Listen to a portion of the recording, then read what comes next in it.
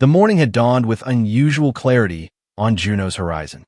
Amelia Graves stood on the porch of her modest clinic, watching farmers move through golden fields of semi-natural grain crops. Children raced between the prefabricated housing units, their laughter a sweet counterpoint to the mechanical hum of irrigation drones overhead. After 6 months as the colony's volunteer physician, Amelia had grown to love this place. This neutral outpost in the vast wilderness of space, protected by little more than its insignificance and the distant promise of the Galactic Accord. She brushed back a strand of auburn hair that had escaped her practical ponytail and checked her medical scanner. 3 appointments this morning. A pregnancy confirmation, a child with recurring respiratory issues, and an elderly man whose artificial knee joint needed recalibration. Simple, peaceful work. Exactly what she had sought when she'd left the overcrowded hospitals of Luna Prime. Dr. Graves! A young girl named Eliza ran toward her, pigtails bouncing. Mom said to tell you we picked those herbs you wanted for your research. Amelia smiled. That's wonderful, Eliza. The medicinal properties in your local plants could help thousands of people someday. Her research into the unique biological compounds found on Juneau's horizon was progressing slowly but steadily. If successful, it might put this small farming colony on the galactic map for something other than its exceptional grain yields.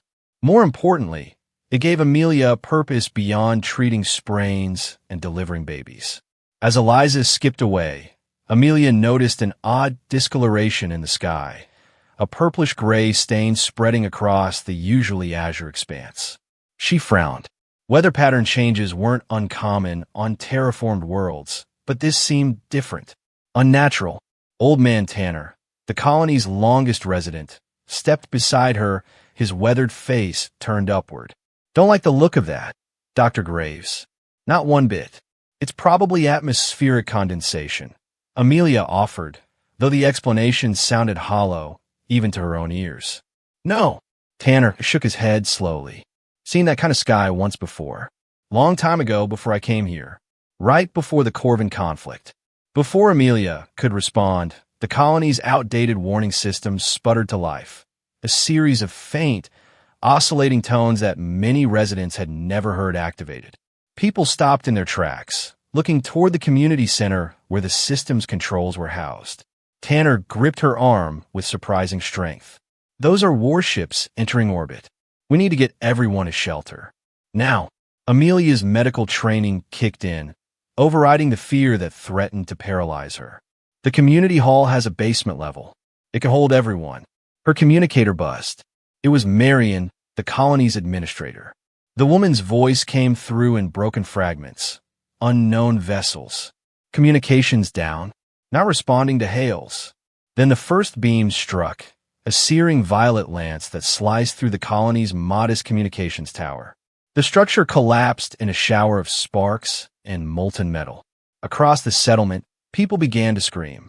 It's the Zereth, someone shouted. The Zereth Dominion is here. Amelia felt her blood run cold. The Zereth Dominion, the expansionist empire whose brutality was legendary even in the farthest reaches of settled space. What could they possibly want with Juneau's horizon? The colony had no strategic value, no rare minerals, nothing that would attract the attention of such a power. The answer came in the form of dropships, sleek, predatory vessels that descended through the discolored atmosphere. They didn't land at the colony's small spaceport, but instead hovered above the central plaza, disgorging armored troops that fell like metallic rain. Everyone inside, Amelia shouted, herding nearby colonists toward the closest buildings. Take cover. A mother stumbled past, clutching a small child. Behind her, a Zereth soldier raised a weapon. Without thinking, Amelia lunged forward, pulling both mother and child to the ground as energy fire sizzled overhead. They crawled behind a low wall, the child whimpering in terror. Why are they attacking us? The mother sobbed. We're not a military target. We're farmers. Amelia had no answer. Through gaps in the wall, she could see the Zereth soldiers advancing methodically through the settlement. They weren't securing buildings or taking prisoners. They were executing anyone they found, methodically, efficiently, without hesitation or mercy. This wasn't an invasion. It was extermination. They're making an example of us, muttered Tanner, who had taken cover nearby. Showing the Galactic Accord what happens to neutral colonies that don't seek protection. We need to reach the emergency transmitter, Amelia said. The old one, behind the hydroponics facility. It's on a separate system. Tanner nodded grimly. Gather as many people as you can. Stay low. Use the drainage channels. I'll create a distraction. That's suicide, Amelia protested. The old man gave her a sad smile. I've lived long enough, Doctor. These children haven't. Before she could stop him, Tanner darted out from behind the wall, shouting and waving his arms. Zirith soldiers turned toward him, weapons raised. Amelia didn't watch what happened next. Instead, she gathered the mother and child, along with several others who had hidden nearby, and led them toward the colony's edge. They moved through drainage culverts and behind buildings, the sounds of destruction growing louder behind them. Twice they had to freeze in place as Zirith patrols passed nearby. Once a child began to cry, and Amelia had to gently cover the little boy's mouth, whispering reassurances as energy weapons discharged only meters away. By the time they reached the old transmitter station, their group had grown to 15, mostly women and children, with a few injured men.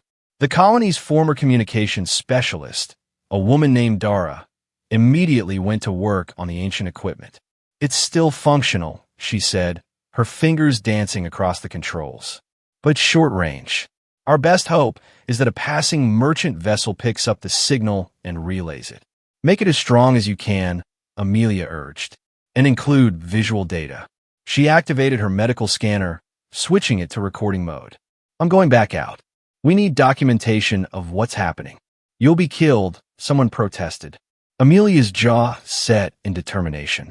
If no one records this, no one will believe it, and the Zirith will get away with it. She slipped back out into the chaos, keeping to the shadows. The settlement was in flames now, the carefully tended fields burning. Bodies lay where they had fallen. Farmers, crafters, children.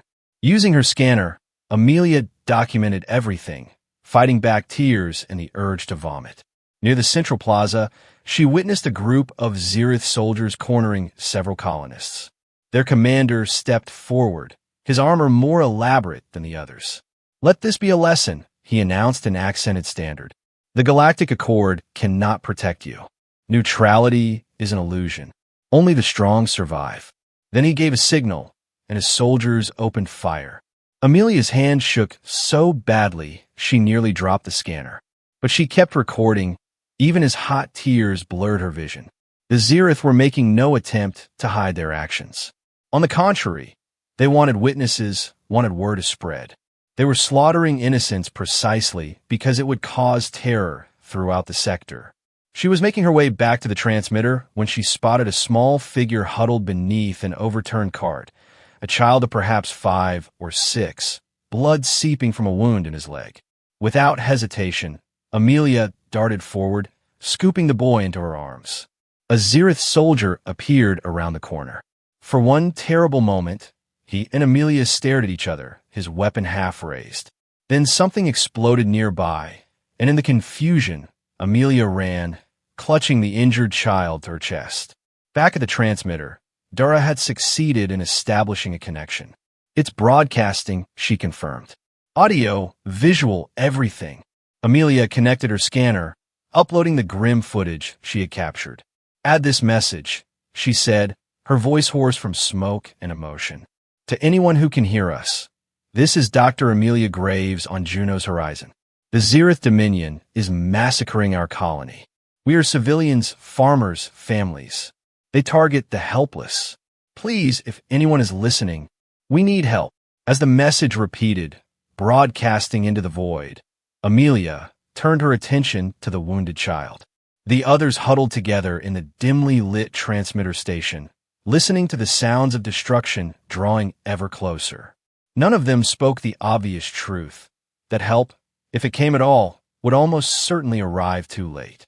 Outside, night was falling over Juno's horizon, the darkness punctuated by the glow of fires and the flash of weapons. Amelia finished bandaging the child's leg and held him close, whispering a lullaby from her own childhood. Around her, mothers did the same for their children, their voices forming a quiet chorus of hopeless defiance. Amelia closed her eyes, not in prayer. She had abandoned that long ago, but in fierce, desperate hope that someone was listening, that someone would respond, that someone would make the Zirith pay for what they had done this day. "Let there be justice," she whispered. On Luna Prime, Admiral Soren Blake was concluding a frustrating meeting with the Galactic Council. Hours of diplomatic doublespeak had yielded nothing concrete.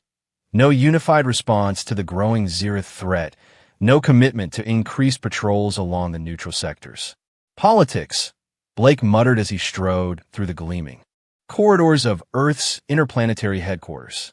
At 57, the Admiral still maintained the rigid posture and brisk pace of the young officer he had once been, though silver now dominated his once dark hair.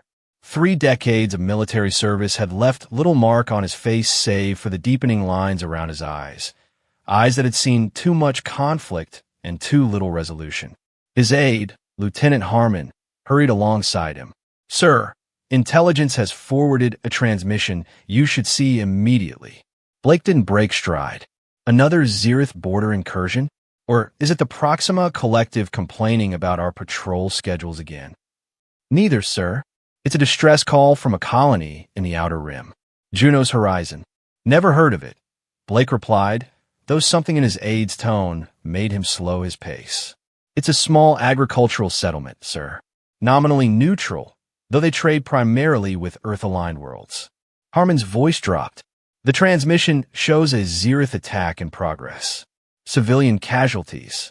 Blake stopped walking entirely, turned to face his aide. "Show me." In his private office, the Admiral watched the transmission in grim silence. The images were chaotic, fragmentary, buildings burning, colonists fleeing, Zirith troops advancing with mechanical precision. Then came the message, the voice of a woman identifying herself as Dr. Amelia Graves, her words overlaid with the sounds of energy weapons and distant screaming. "They target the helpless." Blake replayed the message twice more, his expression darkening with each viewing. When he finally spoke, his voice was dangerously quiet. "When did this come in?" "Approximately 40 minutes ago, sir. It was picked up by a merchant vessel and relayed to the nearest Earth outpost." "Current status?" Harmon hesitated. "Unknown, sir. We've lost contact with the relay station that forwarded the initial transmission."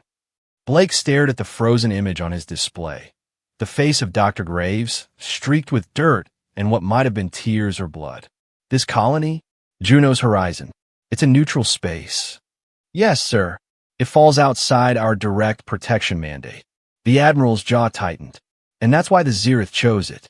To demonstrate the cost of neutrality." He slammed his fist on the desk. "To slaughter farmers and children while we debate protocols in council chambers." The intercom chimed. "Admiral, Senator Voss is requesting an immediate conference." Blake straightened, decision made. "Tell her I'll speak with her shortly." And summon Defense Minister Grant. Priority Alpha. 20 minutes later, Blake's office had become a nexus of tense activity.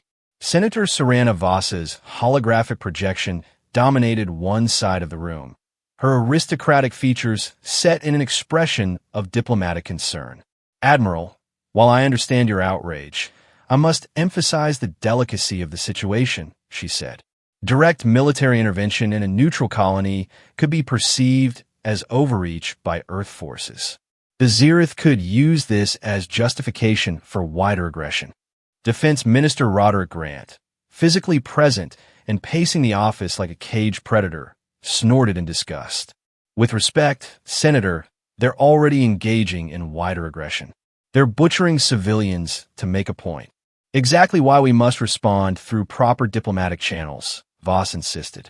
"Convene an emergency session of the Galactic Council. Impose sanctions." "While more colonies burn?" Blake interrupted.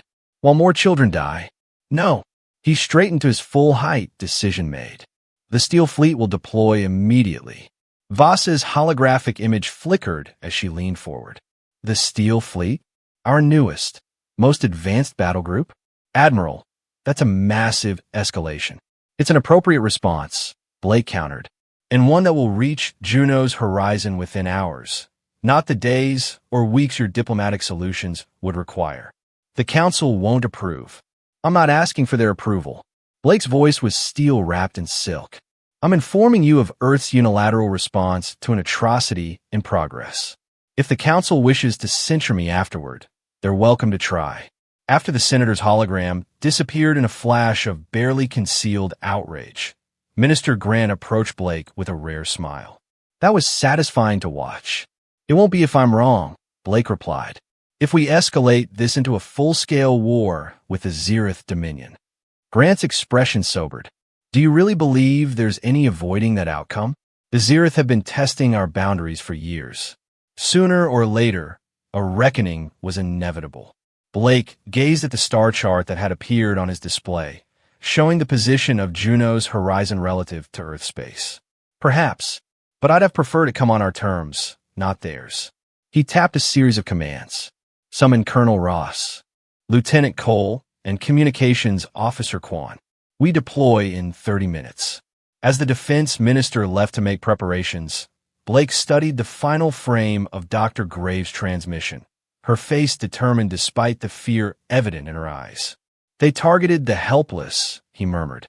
Now Earth's fleet will arrive without mercy. In the cavernous launch bay of Luna Prime, Colonel Kieran Ross inspected his exosuit with methodical precision. The next-generation combat armor represented the pinnacle of Earth's military technology, a seamless integration of defensive shielding, offensive capabilities, and enhanced mobility that turned a single soldier into a walking arsenal. Ross had spent 15 years in Earth's special forces, rising through the ranks not through political connections, but through demonstrated competence and an unwavering commitment to mission success. His face, angular and weathered from campaigns on a dozen worlds, rarely revealed emotion, a trait that had earned him both respect and wariness from those under his command. Pre-flight checks complete, Colonel. Lieutenant Marion Cole approached, her own exosuit humming with contained power. At 32, Cole was the youngest weapons specialist ever assigned to the Steel Fleet, a prodigy whose innovations had revolutionized Earth's combat capabilities. The rail cannons are loaded and calibrated. Ross nodded, his expression unchanged. Casualty projections? For the Zereth forces? Cole's lips curved in a cold smile. Total. The new targeting systems can distinguish between civilian and military signatures. We can hit the latter without endangering the former. Theory and practice are different animals, Lieutenant. Ross sealed the final component of his suit. Remember that when we hit the ground. Across the bay, Communications Officer Aiden Kwan was coordinating with the Intelligence Division, his slender fingers dancing across multiple interfaces simultaneously. Unlike Ross and Cole, Kwan wore no combat armor.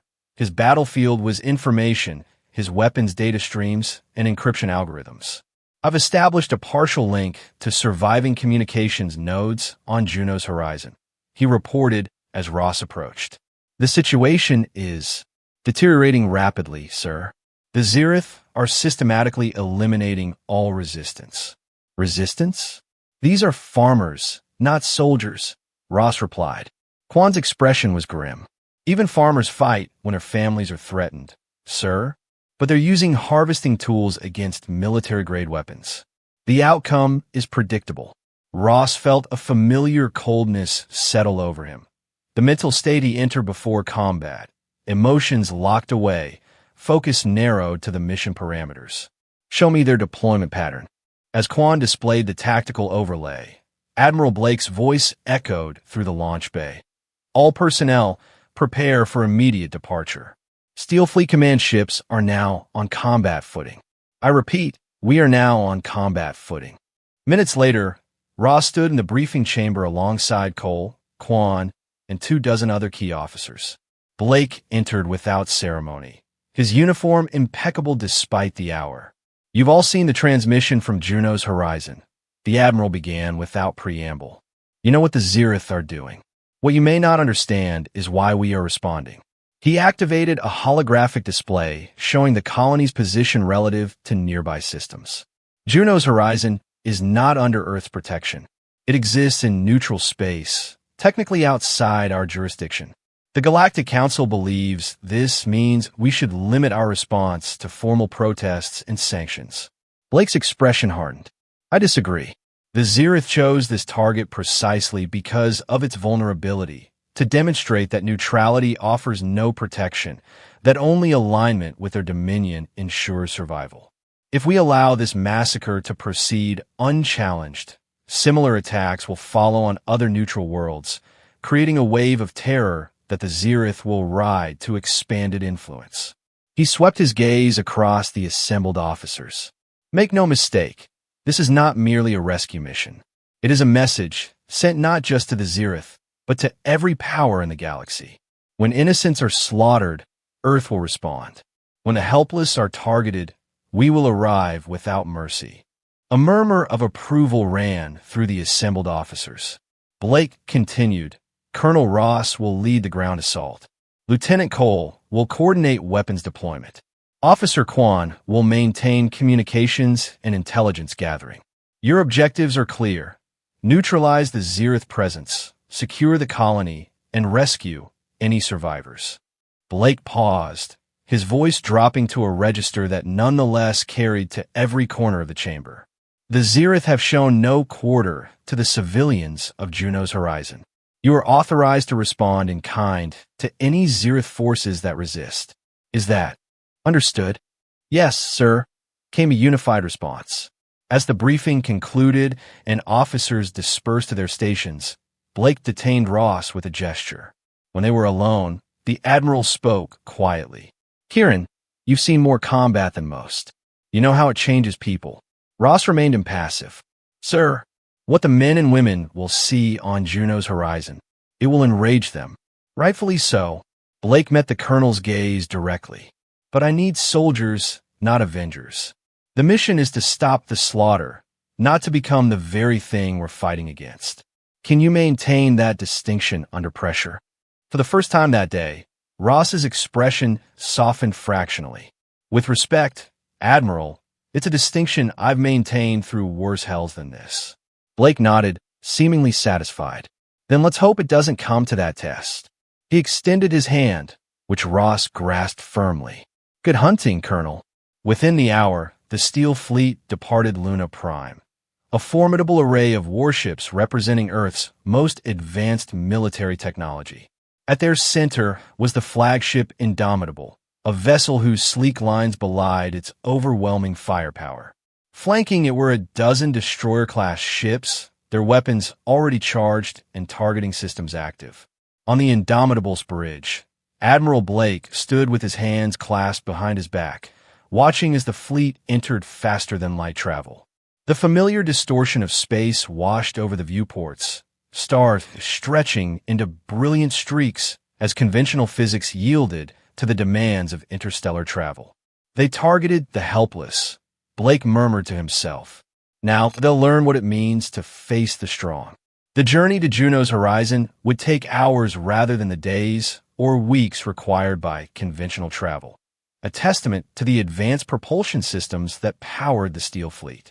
But for those waiting on the besieged colony, each of those hours would feel like an eternity. The Steel Fleet's journey through the contested regions of space was tense but uneventful, a fact that Admiral Blake found more concerning than reassuring. Intelligence reports had indicated increased Zereth activity throughout the sector, yet they encountered no patrols, no checkpoints, no resistance of any kind. It's as if they've cleared a path for us, Lieutenant Harmon observed from a station on the Indomitable's bridge. Blake frowned, or concentrated their forces elsewhere. He turned to communications. Any word from Juno's horizon? The officer shook her head. Nothing since the initial transmission, sir. All channels remained silent. Blake's jaw tightened. Silence could mean many things, none of them good.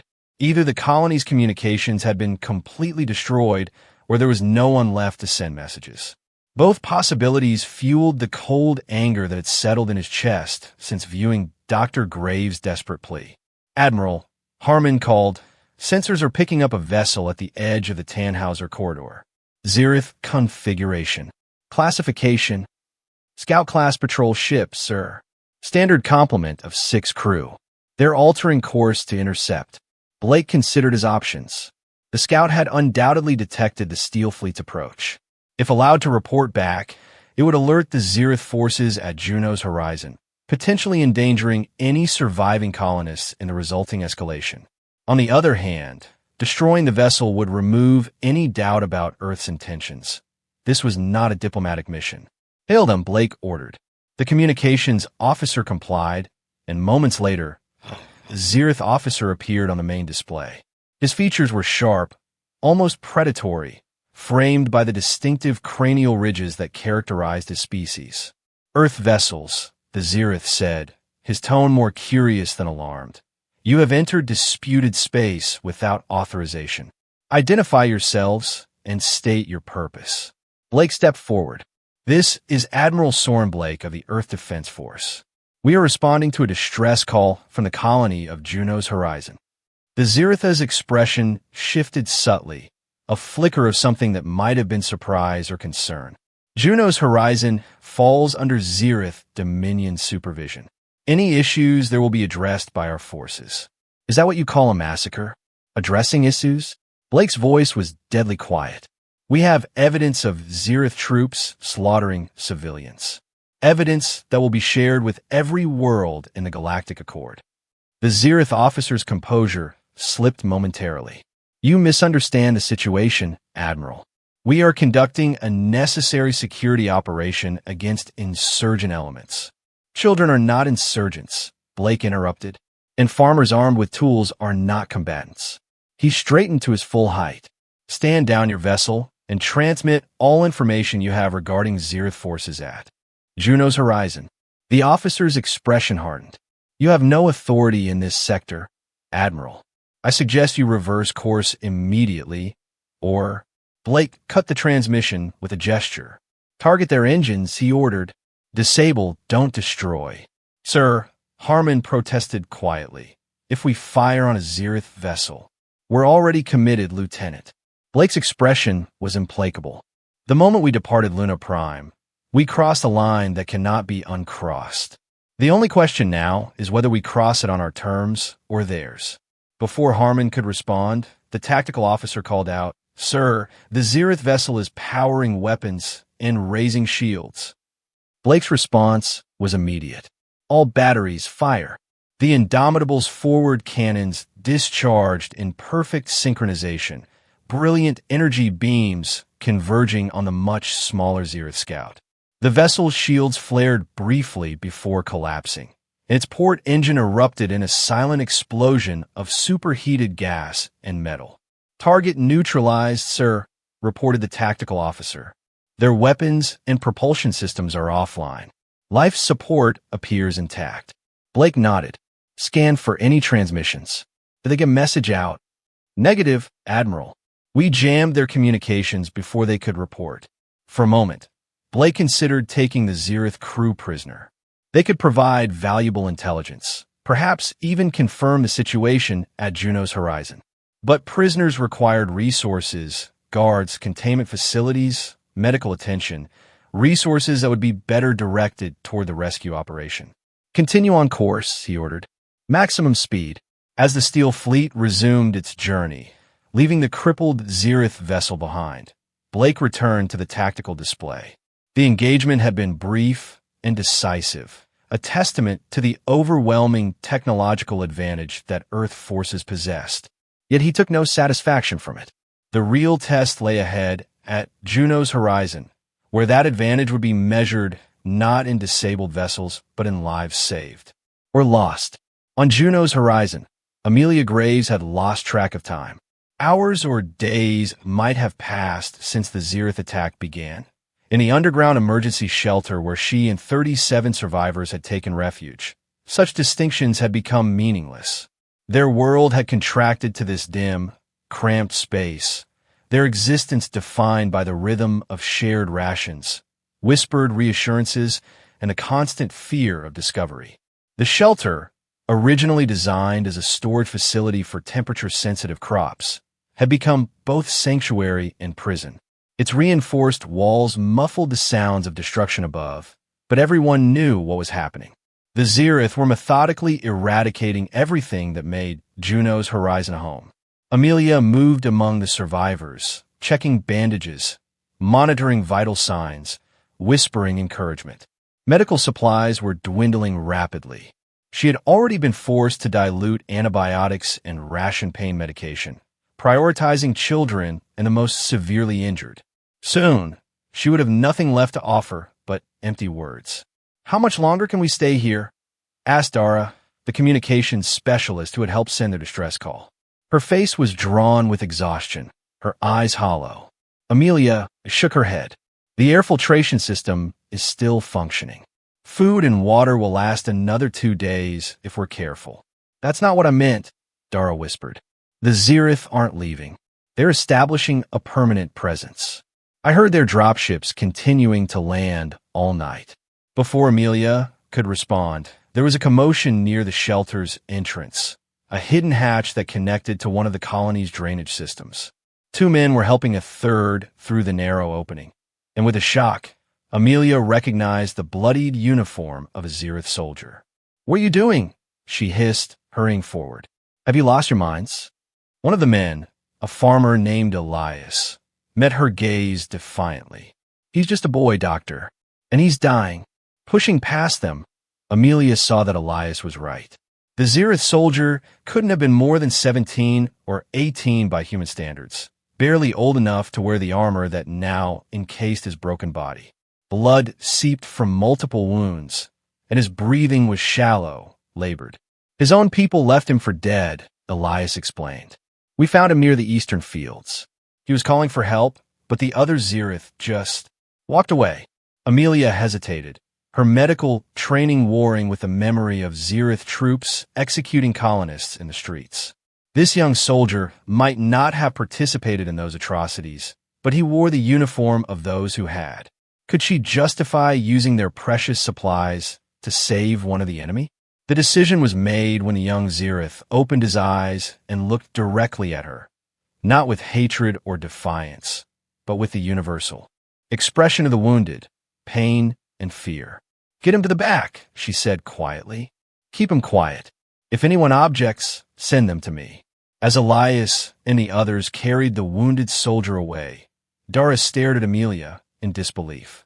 "You're going to treat him? After what his people did to us?" "I'm a doctor," Amelia replied simply. "That's what I do." While she gathered what supplies she could, a small boy approached, the same child she had rescued from beneath the cart during the initial attack. His leg was healing well, the bandages now more precaution than necessity. "Is he one of the bad people?" the boy asked, pointing toward the wounded Zereth. Amelia knelt to his level. "He's someone who needs help," she explained. "Just like you did." The boy considered this with the straightforward logic of childhood. "But his friends hurt people." "Yes, they did." Amelia couldn't deny this truth. "And that was very wrong. But hurting him won't undo what they did. It would just mean there's one more person in pain. Do you understand?" The boy nodded slowly. "Can I help?" Amelia smiled despite everything. "You can bring me some clean water."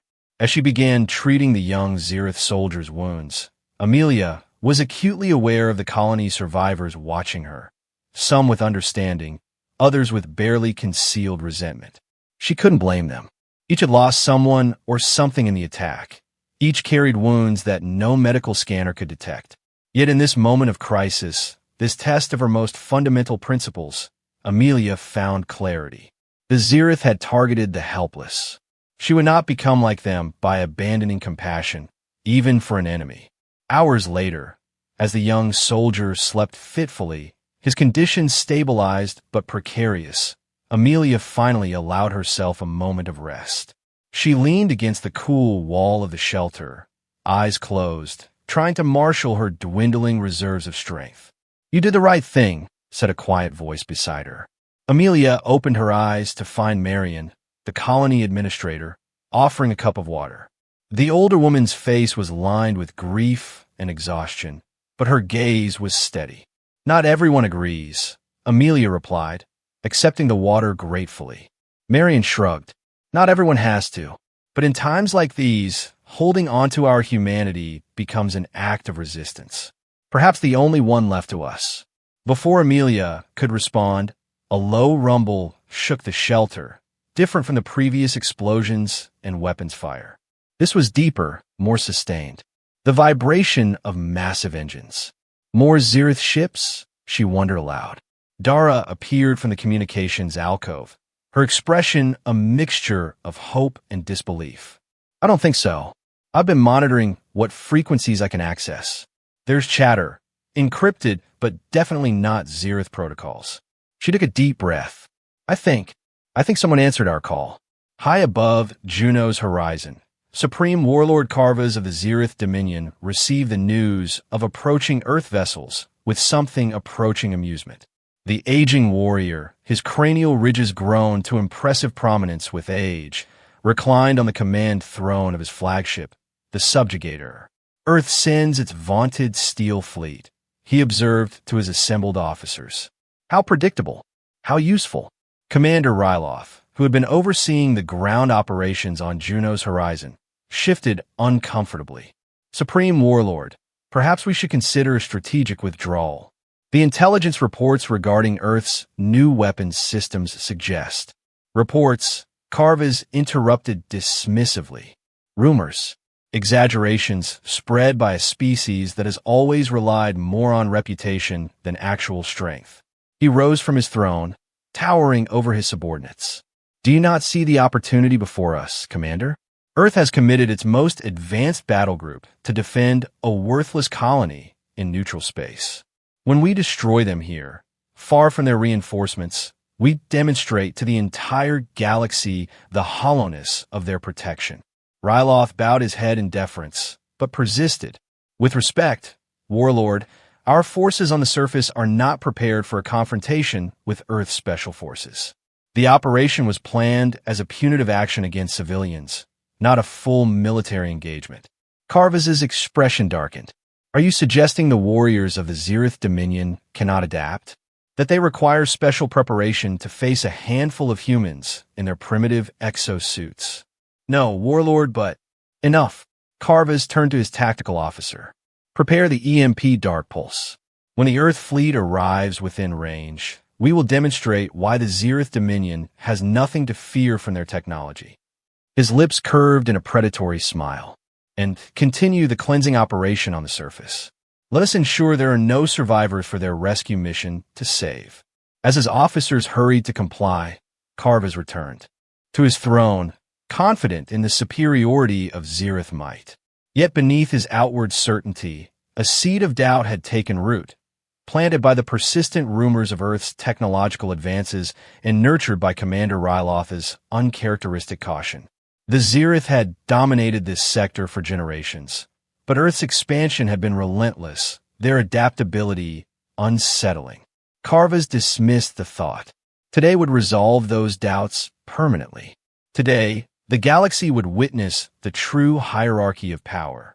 The Steel Fleet emerged from faster-than-light travel at the edge of the Juno's horizon system, a formation of gleaming warships arranged in perfect combat positioning. On the bridge of the Indomitable, Admiral Blake surveyed the tactical display with narrowed eyes. Zirith presence confirmed, reported the sensor officer. 5 capital ships in high orbit, multiple smaller vessels patrolling the atmosphere. Ground forces concentrated around the main settlement. Blake nodded grimly. Life signs on the surface? Scattered and faint, sir, primarily in outlying areas and below ground. The main colony appears, largely neutralized. The Admiral's expression hardened at the euphemism. Neutralized meant slaughtered. Men, women, and children whose only crime had been seeking a peaceful life beyond the reach of galactic politics. Deploy Colonel Ross's team immediately, he ordered. Stealth approach, night side entry. Lieutenant Cole will provide orbital support. He turned to Officer Quan. Any response to our presence? Quan's fingers danced across his station. The Zirith fleet is powering weapons, sir, but they haven't broken formation. They appear to be waiting for us to make the first move. Unusual, Blake mused. Zirith doctrine typically favored aggressive, immediate engagement. This patience suggested either unusual discipline or a trap, he concluded. They want us closer. He addressed the tactical officer. Full scan of the Zereth flagship. Look for unusual energy signatures, particularly in the experimental weapons range. Sir, called Harmon, Colonel Ross's team is ready for deployment. Blake made his decision. Launch the assault team. All ships maintain current position and prepare for defensive operations. He straightened, eyes fixed on the looming shapes of the Zereth vessels. Let's find out what they're waiting for. In the Indomitable's launch bay, Colonel Kieran Ross performed a final systems check on his exosuit. Around him, 50 elite soldiers did the same, the atmosphere tense but focused. These were Earth's finest, veterans of conflicts throughout known space, trained in every environment from airless moons to toxic swamps. Remember, Ross addressed them, his voice carrying through the team's secure channel. Our primary objective is survivor retrieval. The Zereth will be conducting sweep operations to eliminate witnesses. We get in, we find the colonists, we get out. He paused. That said, any Zereth who stands in our way is a legitimate target. No quarter asked, none given. A murmur of agreement passed through the assembled soldiers. Lieutenant Cole approached, her own exosuit humming with barely contained power. Colonel, I'll be coordinating from the secondary command shuttle, she said. The rail cannons are charged and targeting solutions locked on key Zereth positions. One word from you, and I can level their command structure. Ross nodded. Let's hope it doesn't come to that. Orbital bombardment tends to create more problems than it solves. He checked his weapon, a next-generation plasma rifle capable of punching through Zereth body armor with a single shot. Stay on station, but hold fire unless specifically authorized. Understood, sir. As Cole departed, Officer Kwan's voice came through the command channel. Colonel, I've isolated what appear to be survivor clusters in the southeastern quadrant of the colony. Approximately 30 to 40 life signs, concentrated in what the colony plans show as an underground storage facility. Acknowledged, Ross replied. We'll make that our primary objective after establishing a landing zone. The bay doors opened, revealing the black expanse of space and, beyond, the cloud-shrouded sphere of Juno's horizon. Somewhere on that world, civilians were hiding, praying for rescue. Somewhere on that world, Zereth troops were hunting them down. Ross felt the familiar cold focus of combat descend, narrowing his world to the mission parameters.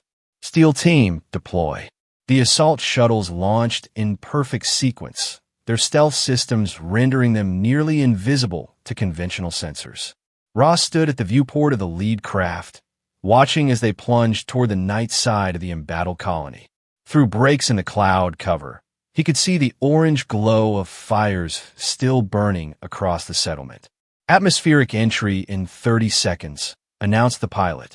No indication of detection. Ross turned to his team. Weapons hot. Remember, we're here to save lives, not just take them. The shuttle shuddered as it hit the upper atmosphere, flames licking briefly at the viewports before the craft's heat shields absorbed the thermal energy. Through his neural link to the ship's systems, Ross could see the other shuttles following, their formation tight despite the turbulence. LZ in sight, reported the pilot. No activity detected. Ross checked his tactical display. The landing zone was a clearing 2 kilometers from the main settlement. Close enough for quick access, far enough to avoid immediate detection. Take us in. The shuttle descended silently, repulsor fields engaging to cushion the landing. As soon as it touched down, the rear hatch opened, and Ross was first out, weapon ready, exosuit sensors scanning for threats. The night air carried the acrid smell of burning polymers and worse, the unmistakable scent of death. Clear, he reported as his team fanned out to secure the perimeter. Second team, deploy and establish forward position. Third team, maintain shuttle security. As the soldiers moved with practiced efficiency, Ross activated his long-range scanners, building a detailed map of the surrounding area. The main settlement lay to the north, a jumble of heat signatures indicating ongoing Zereth activity. To the southeast, partially obscured by underground structures, were the faint life signs that Kwan had identified. Survivors confirmed, Ross reported. Steel actual to all units. Primary objective located. Prepare for advance. Just as the teams assembled for movement, Ross's threat detection system pinged an alert. 3 Zereth patrol craft were approaching from the east, flying low over the burning fields. Enemy air support incoming, he warned. Stealth mode, everyone down. The Earth's soldiers froze in place, their exosuits shifting to maximum stealth configuration. Adaptive camouflage blending with the surroundings, heat signature suppressed, even their breathing filtered to prevent condensation in the cool night air. The Zereth craft passed overhead, searchlights sweeping the terrain. For 30 tense seconds, Ross watched through his visor as the beams of light moved within meters of his position. Then, apparently satisfied, the patrol banked away, continuing toward the western perimeter. That was close, muttered one of the soldiers once the craft were out of range. Too close, Ross agreed. They're expanding their search pattern. We need to move now. He signaled to his lieutenant. Freeman, take second team and create a diversion on the western edge. Nothing too obvious, just enough to keep their attention away from the southeast quadrant. Yes, sir. As Freeman's team melted into the darkness, Ross addressed the remaining soldiers. First team with me. We're going after the survivors. He checked his tactical display one final time. Stay tight, stay quiet. We're not here to fight unless we have to. They moved through the ruined fields of Juno's horizon, spectral figures in the darkness. Ahead, the glow of the burning settlement cast everything in a hellish light, shadows dancing like tormented spirits among the collapsed structures. Occasionally, they would freeze as Zereth patrols passed nearby, the enemy soldiers moving with the arrogant confidence of unchallenged conquerors. Ross felt a familiar anger building, a righteous fury that he carefully channeled in a heightened focus rather than allowing it to cloud his judgment. He had seen the aftermath of atrocities before, on worlds across the galaxy. Each time, he had made the same promise, to uphold justice without becoming the monster he fought against. As they approached the edge of the settlement, that promise would be tested once again. In the underground shelter, Amelia Graves pressed her ear against the cool metal of the ceiling duct, straining to hear the sounds from above. Something had changed in the past hour. The rhythm of Zereth patrols had altered, their movements becoming more frantic, less methodical. "What do you hear?" whispered Dara, who had become Amelia's unofficial second-in-command. "They're searching for something," Amelia replied. "Or someone. And they're nervous." A wild hope had begun to spread among the survivors.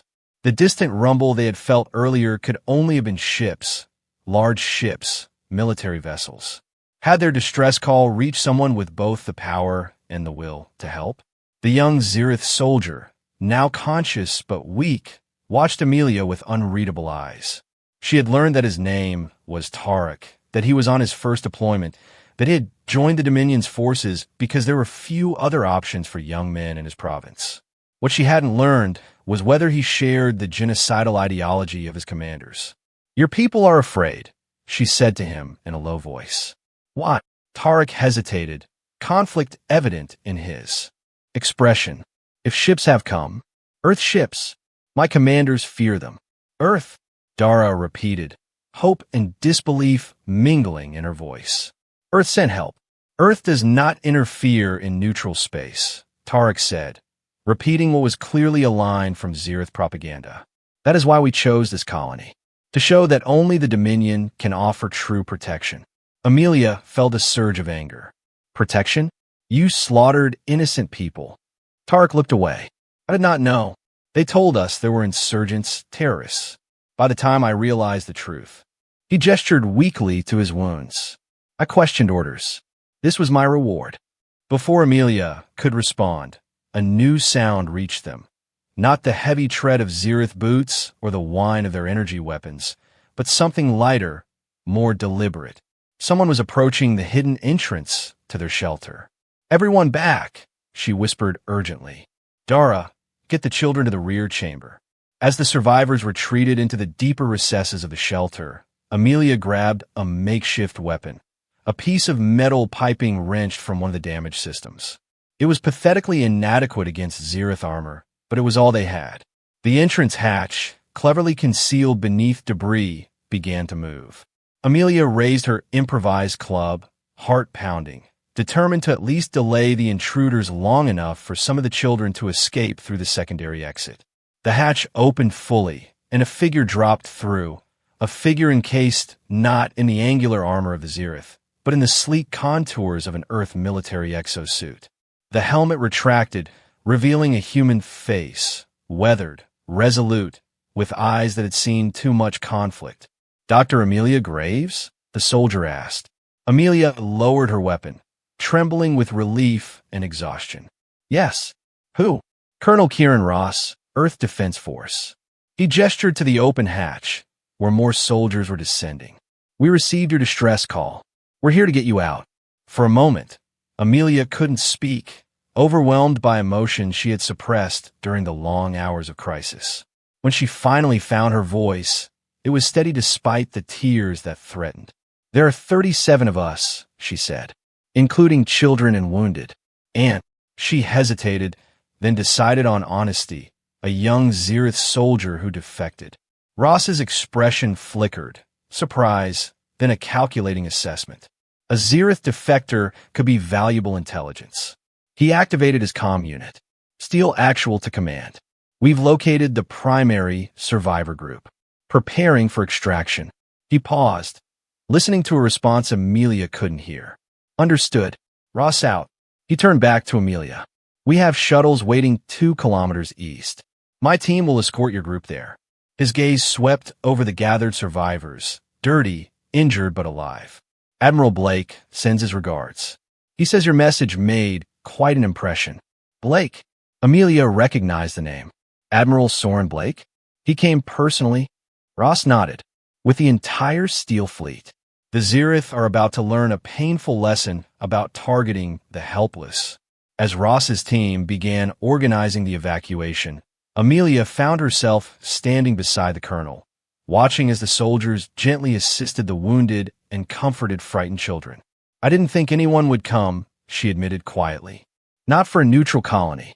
Ross's expression softened slightly. "Some principles transcend political boundaries, Doctor. The protection of innocent life is one of them." He checked his tactical display. "We need to move. The diversion our second team created won't distract the Zereth forever." "What about the rest of the colony?" Amelia asked, though she feared she already knew the answer. "There must be other survivors." Pain flickered across Ross's features. "We're scanning continuously, but—" He shook his head. "The Zereth were thorough. Your group appears to be the largest concentration of survivors. There are others, individuals, small groups, but reaching them all before the Zereth do."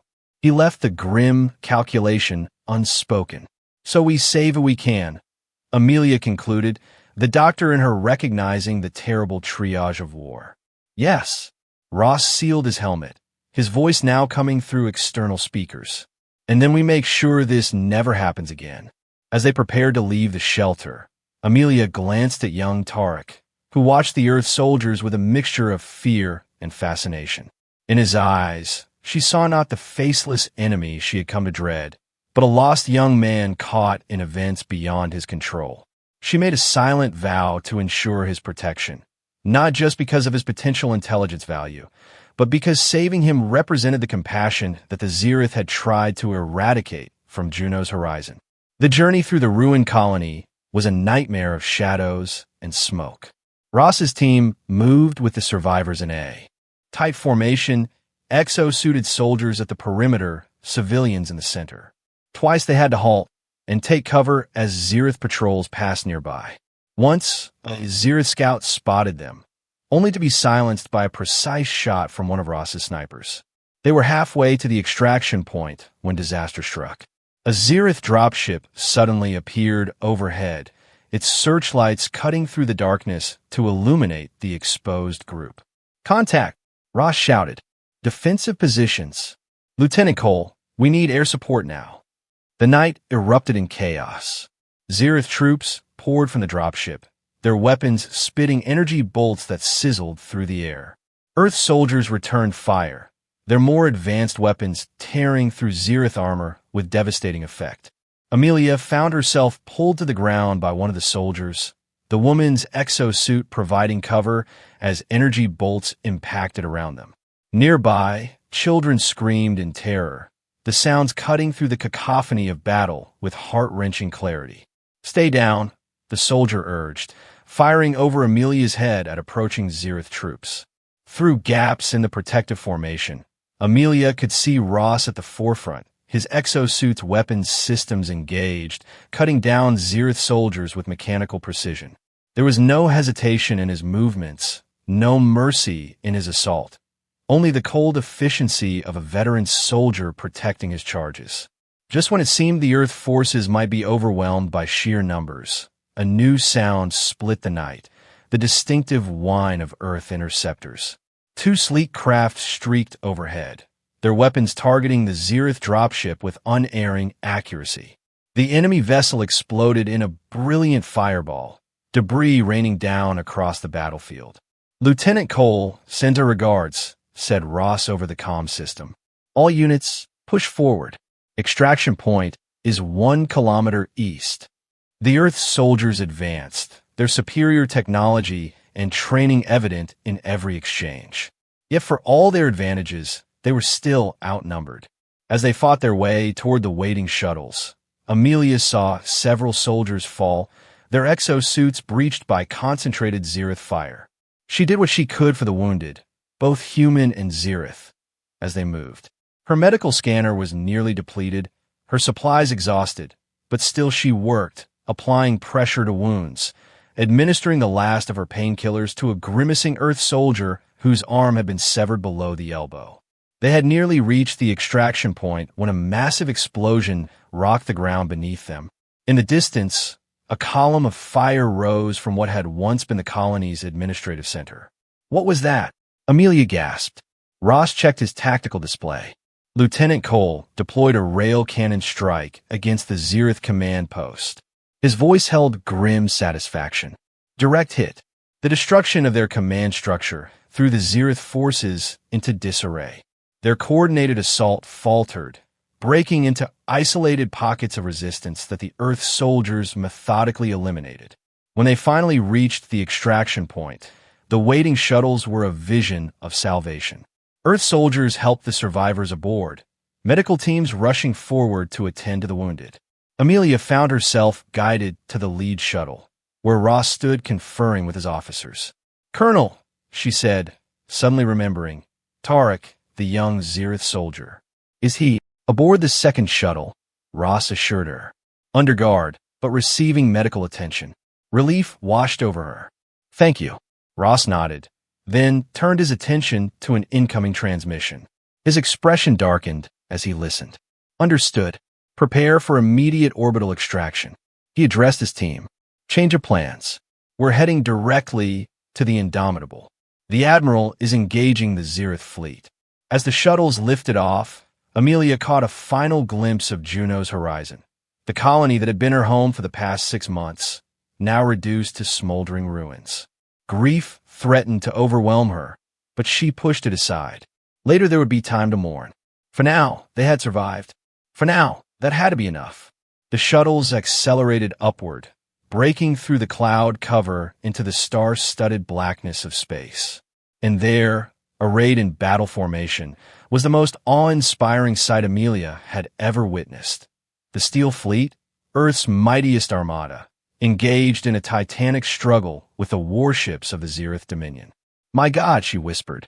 Ross, standing beside her at the viewport, nodded grimly. "Admiral Blake doesn't do things halfway." In the command center of the subjugator, Supreme Warlord Carvas watched with growing alarm as Earth's Steel Fleet systematically dismantled his defensive formation.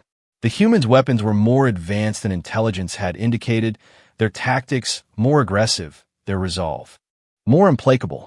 "Status of the EMP Dark Pulse?" he demanded. Commander Ryloth, his uniform scorched from a console explosion, reported grimly. "Charging sequence at 80%, Warlord. But the weapon carrier is taking heavy fire. If its shields fail before the sequence completes." "They will not fail," Carvas snarled. "Divert power from all non-essential systems." focused defensive fire on protecting the carrier. On the main view screen, an Earth destroyer erupted in a cascade of secondary explosions as Zereth batteries found their mark. But for every blow the Zereth landed, the humans struck back threefold.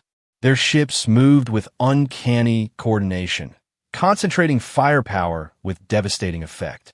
Ground forces report the human extraction team has departed with survivors, Ryloth added. Including what? Carvas demanded. Ryloth hesitated.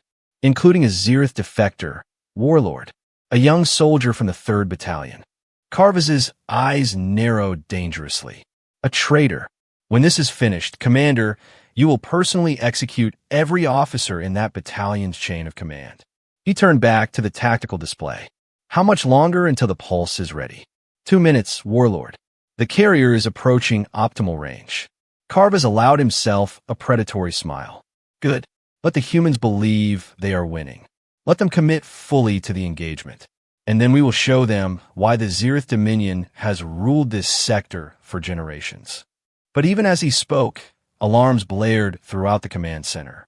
The tactical officer reported in a voice tight with fear. Warlord, Earth vessels are targeting the pulse carrier. Multiple weapons locks detected. Impossible, Carvas breathed. They cannot know. On the bridge of the Indomitable, Admiral Blake watched as Officer Quan completed his electronic intrusion into the Zereth battle network. Confirmed, sir, Quan reported. The vessel at coordinates 227, Mark 43, is carrying some form of electromagnetic pulse weapon. They're calling it the Dark Pulse, apparently designed to disable our fleet's electronic systems. Blake's expression remained impassive, but inwardly he felt a cold satisfaction. The Zereth's trap had been identified before it could be sprung. Target that vessel with all available batteries, he ordered. Lieutenant Cole, prepare a concentrated rail cannon, strike on my mark. Targeting solutions locked, Admiral. Cole confirmed from her station. Rail cannons charged and ready. Blake surveyed the tactical display one final time. The battle was proceeding according to plan. Casualties minimal, Zereth forces in disarray. The rescue shuttles were approaching rapidly, bearing the survivors that had been this mission's primary objective. All that remained was to eliminate the Zereth's secret weapon and complete the rout of their fleet. All ships, fire, Blake commanded. Lieutenant Cole, execute rail cannon strike. The Steel Fleet's weapons discharged in perfect synchronization. A symphony of destructive force focused on a single target. The rail cannons, Earth's most advanced weapons technology, fired their hyper-accelerated projectiles at a significant fraction of light speed, the kinetic energy alone sufficient to shatter even the strongest shields. The Zereth vessel carrying the Dark Pulse never had a chance. One moment it was there, its weapons powering up for what Carvas had believed would be a decisive strike. The next, it simply ceased to exist, reduced to an expanding cloud of superheated plasma and debris. Target destroyed, Admiral, reported the tactical officer. No sign of EMP discharge. Blake nodded. Maintain battle formation. Press the advantage. With their secret weapon eliminated and their tactical surprise lost, the remaining Zereth vessels began to break formation, some attempting to withdraw, others launching desperate attacks on the Earth fleet. Blake directed his forces with the same calm precision that had characterized his entire career, methodically dismantling the enemy's capacity to fight. When the last Zereth capital ship, the subjugator itself, finally lowered its shields in surrender, Blake felt no triumph, only a grim satisfaction that justice had been served. Signal from the Zereth flagship, sir, reported the communications officer. Supreme Warlord Carvas is requesting terms. Blake's expression hardened. The only terms I offer are these.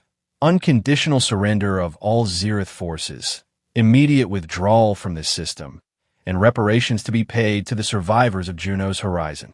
As the terms were transmitted, Blake turned to see the rescue shuttles docking with the Indomitable. Soon he would meet the survivors, the people whose desperate message had prompted this intervention. Soon he would face Dr. Amelia Graves and explain why Earth had responded when the rest of the galactic community had remained silent. But even as victory appeared complete, Blake couldn't shake a nagging concern. The Zereth Dominion was vast, its territories spanning dozens of systems. They had sustained a significant defeat here, but they were far from broken. And if there was one thing Blake had learned in his long career, it was that wounded predators were often the most dangerous. "Sir," called Officer Kwan, "you should see this." He transferred data to the main display, a star chart showing Zereth military installations throughout the sector. "This is what we extracted from their battle network before they managed to lock us out." Blake studied the display, his concern deepening. "They've been building up forces for months. Juno's Horizon wasn't an isolated incident. It was the beginning of a campaign that we've disrupted," pointed out Lieutenant Harmon. "For now," Blake agreed. "But this isn't over." He straightened, decision made. Secure the Zereth leadership. Prepare to return to Luna Prime with the survivors and prisoners. And transmit all of this intelligence to Earth Defense Command. As his orders were carried out, Blake moved to the docking bay to greet the survivors of Juno's Horizon. Among them would be Dr. Graves, whose courage and compassion had reached across the vastness of space to touch his conscience. Thanks to her, Earth had intervened in time to save at least some lives. Thanks to her, the Zereth's plans had been disrupted before they could expand their campaign of terror to other neutral colonies. But as Blake walked through the corridors of his flagship, he couldn't help wondering, had Earth crossed a line by intervening in neutral space? Had they, in responding to brutality with overwhelming force, taken a step toward becoming what they fought against? These were questions for politicians and philosophers to debate in the safety of distant chambers. For now, Blake had done what he believed was right. He had sent Earth's fleet to protect the helpless, and they had arrived without mercy for those who had shown none. In the Indomitable's medical bay, Amelia Graves moved among the wounded, offering what assistance she could to the overworked medical staff. Despite her exhaustion, she couldn't rest. Not while there were still people suffering, still lives to be saved. She paused beside the bed where young Tarek lay, his Zereth features softened in sleep. Two Earth soldiers stood guard nearby, watchful but not overtly threatening. The young defector would be treated humanely, a small victory for compassion in a conflict marked by its absence. Colonel Ross entered the medical bay, his exosuit removed, revealing the human beneath the armored shell. Without the imposing technology, he seemed smaller, though no less formidable. "Dr. Graves," he greeted her. "Admiral Blake would like to speak with you when you're ready." Amelia nodded, suddenly aware of how disheveled she must appear, her clothing torn and stained, her face streaked with dirt and smoke. "I should clean up first." Ross's expression softened slightly. The Admiral isn't concerned with appearances. He wants to thank the woman whose courage saved lives today. "I didn't save them," Amelia replied, glancing around at the survivors. "You did. You're soldiers. Admiral Blake. We wouldn't have been there without your message." Ross hesitated, then added quietly, "And I saw how you treated the wounded. Earth colonist, Zereth, all the same to you. That kind of compassion, it's rare in times like these." Before Amelia could respond, a commotion near the entrance drew their attention. Admiral Blake had arrived, his uniform immaculate despite the recent battle, his bearing that of a man accustomed to command. He approached Amelia directly, extending his hand. "Dr. Graves, I'm Admiral Soren Blake. Your message reached us at Luna Prime." Amelia shook his hand, struck by the intensity of his gaze. "Thank you for responding, Admiral. When we sent that transmission, I never truly believed that Earth would intervene in neutral space." Blake finished. Neither did the Zereth. That was their miscalculation. He glanced around the medical bay, taking in the wounded and the traumatized survivors. They targeted the helpless, believing there would be no consequences. They were wrong. "What happens now?" Amelia asked. "To us? To Juno's Horizon?" Blake's expression softened. "You and the other survivors will be transported to Earth space, where you'll receive all necessary medical attention and support. As for Juno's Horizon," he sighed, "the colony is gone, Doctor, but Earth is prepared to offer new homes to all who survived. and to ensure the Zereth pay reparations for what they've done. In the wider conflict, she pressed. This wasn't just about our colony, was it? Blake studied her thoughtfully. No. Intelligence suggests the Zereth were planning a broader campaign against neutral worlds. By intervening at Juno's horizon, we may have disrupted their timetable, but the threat remains. He hesitated, then admitted, "We've won a battle, Doctor. Not the war. Wars require two sides willing to fight," Amelia observed. "Perhaps there's another way." Perhaps, Blake acknowledged, though his tone suggested skepticism. "For now, rest. Recover. You've done enough." As the Admiral moved on to speak with other survivors, Ross remained beside Amelia. "He respects you," the Colonel noted. "That's not something Blake grants easily." "I didn't do anything special," Amelia insisted. "I just couldn't stand by and watch people suffer." Ross's expression grew distant. "That's more special than you might think, Doctor." He glanced toward Tarek's bed. "What will happen to him?" "Officially, he'll be debriefed for intelligence," Ross replied. "After that, asylum, probably. We don't return defectors to regimes that execute them for dissent." Amelia felt a measure of relief. At least one small piece of humanity had been preserved amid the carnage. "Will you stay? With the fleet, I mean." Ross nodded. "Someone needs to make sure the Zereth withdraw completely from this system. And there may be other survivors on the surface we haven't found yet." "I want to help," Amelia said firmly. "I'm still a doctor. There are still people who need me." Ross studied her for a moment, then nodded. "I'll speak with the Admiral. We could use a physician with your skills and your principles." As Ross departed, Amelia found herself alone with her thoughts. The events of the past days had shattered her world, taken friends and colleagues, destroyed the peaceful existence she had sought on Juno's horizon. Yet somehow, standing amid the wreckage of her former life, she felt a renewed sense of purpose. The Zereth had targeted the helpless, believing weakness invited destruction. Earth had responded with overwhelming force, proving that compassion did not equate to vulnerability. But true strength, Amelia now understood, lay not in weapons or fleets, but in the willingness to defend those principles that made life worth living: justice, mercy, the value of each sentient being. There would be difficult days ahead. The survivors would need to rebuild their lives. The wider conflict with the Zereth Dominion would continue to shape interstellar politics. And in that uncertain future, Amelia Graves, doctor, survivor, witness, would play her part in ensuring that what happened at Juno's horizon was never forgotten and never repeated. 2 weeks after the Battle of Juno's horizon, Admiral Blake stood before the Galactic Council on Luna Prime. The chamber was filled to capacity. Representatives from 100 worlds gathered to hear Earth's explanation for its unprecedented military action in neutral space. "The evidence is clear," Blake concluded, after presenting the full record of the Zereth atrocities and their wider military buildup. The attack on Juno's horizon was not an isolated incident, but the beginning of a campaign that would have threatened every neutral colony in the sector. Earth intervened not to expand our influence, but to prevent a massacre and disrupt a plan that threatened galactic stability. Senator Serana Voss, who had initially opposed the intervention, now spoke in Blake's defense. Admiral Blake acted in accordance with the highest principles of the Galactic Accord. When faced with genocide, neutrality is not a virtue, but a moral failure. The Council voted overwhelmingly to endorse Earth's actions and impose sanctions on the Zereth Dominion. It was a diplomatic victory to match the military one.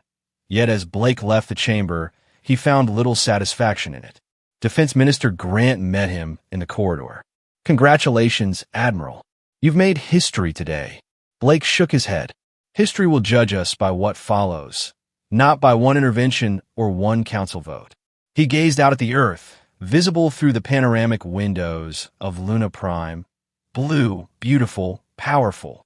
"We crossed a line at Juno's horizon. We declared that Earth will not stand idle while innocents are slaughtered, regardless of political boundaries. That's a promise we must now keep, wherever such atrocities occur." Grant frowned. "That's a heavy burden, Soren. Even Earth's reach has limits." Then we must extend those limits, Blake replied simply. Because if we don't, if we return to politics as usual while the Zirith and others like them prey on the vulnerable, then everything we achieved at Juno's horizon was for nothing. On a reconstructed section of Juno's horizon, temporarily designated as a memorial site, Amelia Graves stood beside Colonel Ross, watching as Earth engineers established a permanent marker for those who had died in the massacre. The colony itself would not be rebuilt. The survivors had chosen to relocate to worlds within Earth's protection. But this site would remain a lasting reminder of what had occurred here. I'm leaving tomorrow, Amelia said. Dr. Reynolds has offered me a position at the Refugee Support Center on New Cascadia. Ross nodded. They're lucky to have you. Those people will need someone who understands what they've been through. And you? She asked. Back to the front lines? For now. Ross's expression was unreadable. The Zirith have withdrawn from this sector, but they're regrouping elsewhere. Admiral Blake believes they'll attempt to salvage their campaign after the setback. We need to be ready.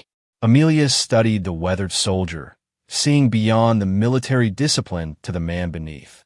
You know, when I sent that distress call, I never imagined it would trigger such far-reaching consequences.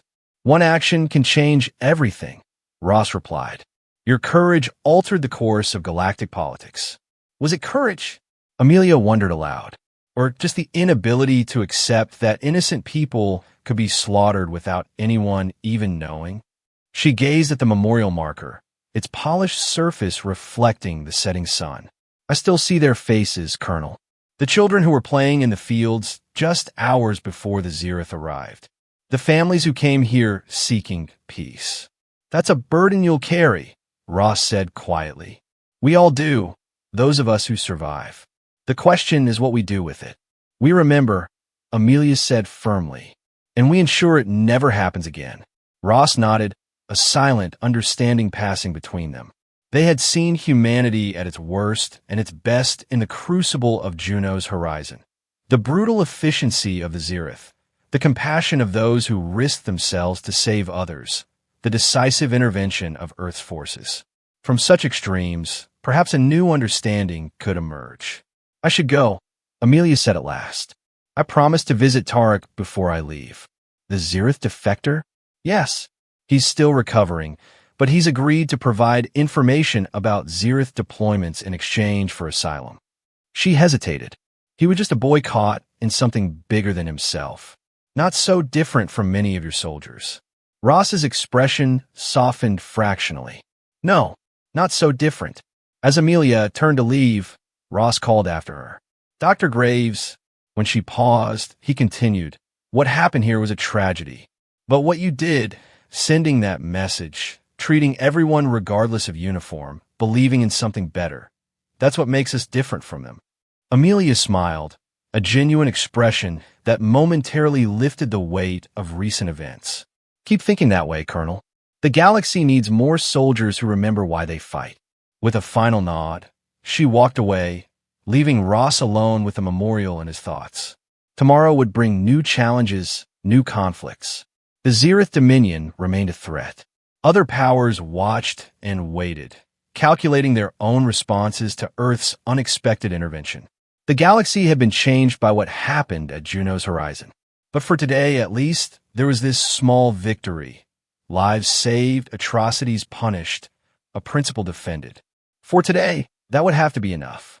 On the bridge of the Indomitable, now orbiting the rehabilitated space station that had once served Juno's horizon, Admiral Blake reviewed the final reports.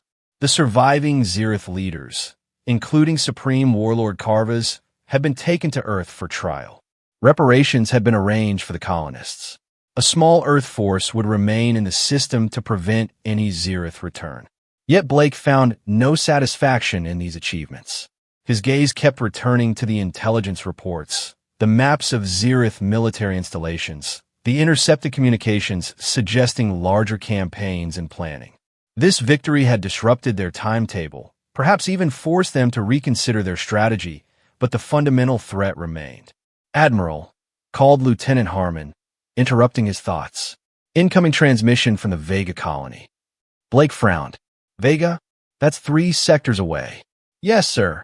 They're reporting unusual activity along their outer boundary. Unidentified vessels matching Xerith configurations.